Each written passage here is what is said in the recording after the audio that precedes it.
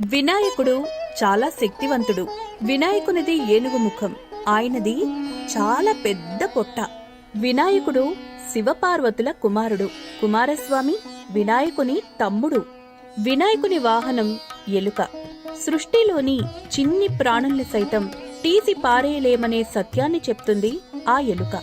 మనం చేసే పనులకు ఆటంకాలన్నింటినీ తొలగించి మంచి బుద్ధిని, జ్ఞానాన్ని ఇస్తాడు వినాయకుడు.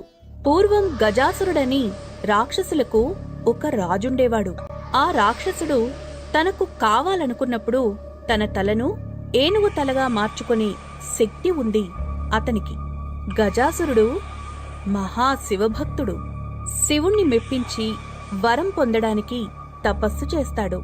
గజాసురుని తపస్సుకు మెచ్చి శివుడు ప్రత్యక్షమై, నీకు కావలసిన వరం కోరుకో, ఇస్తాను అంటాడు. నువ్వెప్పుడు నా ఉదరంలో నివసించాలి అని వరం కోరుకున్నాడు గజాసురుడు.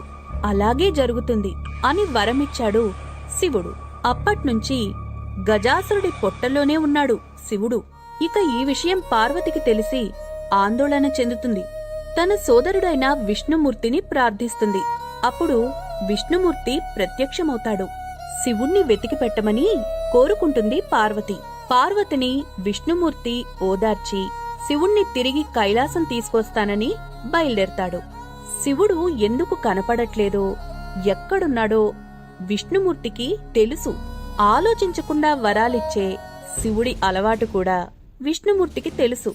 శివుని వాహనమైన నందిని గంగిరెద్దుగా మార్చేస్తాడు విష్ణుమూర్తి. విష్ణుమూర్తి గంగిరెద్దు ఆడించేవాడిగా మారిపోయి నందీశ్వరుడితో కలిసి గజాసురుడి కొలువుకి వెళ్తాడు. గజాసురుడి ముందు గంగిరెద్దును ఆడిస్తాడు విష్ణుమూర్తి. అత్యద్భుతంగా సాగుతూ ఉంటుంది గంగిరెద్దుల ప్రదర్శన. గంగిరెద్దుల ప్రదర్శనకు ఎంతో ఆనందించిన గజాసురుడు, మీకేం కావాలో కోరుకోండి అని అడుగుతాడు. మీరు మహారాజు గజాసురుడు, నాకు కావలసింది అడుగుతాను, మరి ఆడిన మాట తప్పరు కదా అంటాడు విష్ణుమూర్తి. తప్పను, మీరడిగింది ఇస్తాను అని హామీ ఇస్తాడు గజాసురుడు.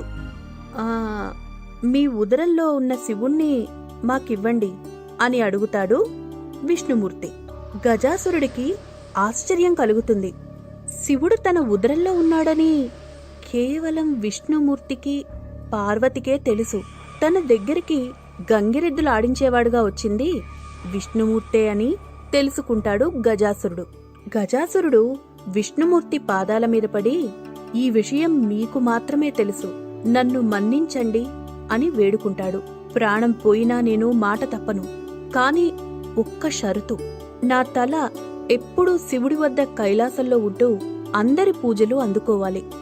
శివుడు నా చర్మం ధరించాలి. శివుడు ఏనుగు చర్మం ధరించడానికి కారణం ఇదేనర్రా.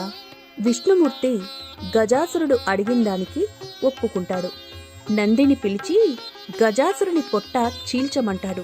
విష్ణుమూర్తి ఆజ్ఞతో నంది గజాసురుని పొట్టను చీల్చి చంపేస్తుంది. గజాసురుడి ఉదరం నుంచి బయటపడతాడు శివుడు.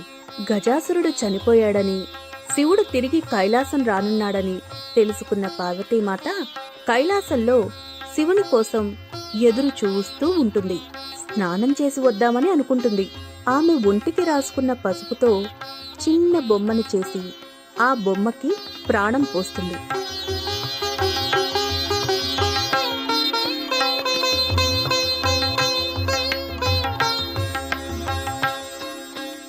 నేను స్నానం చేసి వచ్చే వరకు ఎవ్వరినీ లోపలికి రాకుండా చూడు అని పార్వతీమాత చెప్తుంది.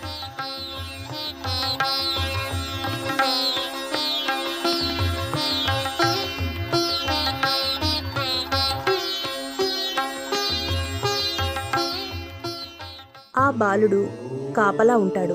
పార్వతి వెళ్లిన కొద్దిసేపటికి గజాసురుని రాజధాని నుంచి శివుడు కైలాసానికొస్తాడు. కైలాసంలోకి వెళ్లడానికి శివుడు ప్రయత్నిస్తాడు. అక్కడ కాపలా ఉన్న బాలుడు శివుణ్ణి అడ్డగిస్తాడు. శివుడికి కోపం వస్తుంది. అడ్డు తొలుగు అని గర్జిస్తాడు. ఆ బాలుడు ససేమీరా ఒప్పుకోడు. కోపంలో ఆ పరమశివుడు ఆ బాలుని శిరస్సును ఖండిస్తాడు.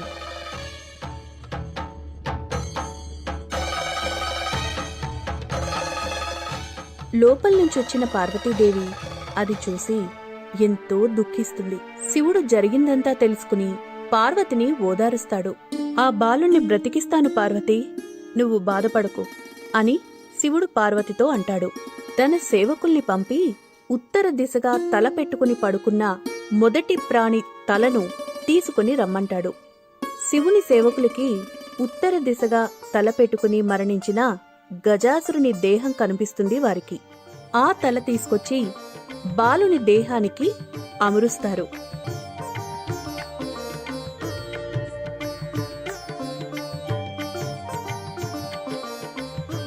బ్రహ్మ విష్ణువు ఆ బాలునికి ప్రాణం పోస్తారు. వినాయకుడు అని ఆ బాలునికి నామకరణం చేస్తారు. అప్పట్నుంచి దేవతలు మనుషులు వినాయకుణ్ణి పూజిస్తూ ఉన్నారు.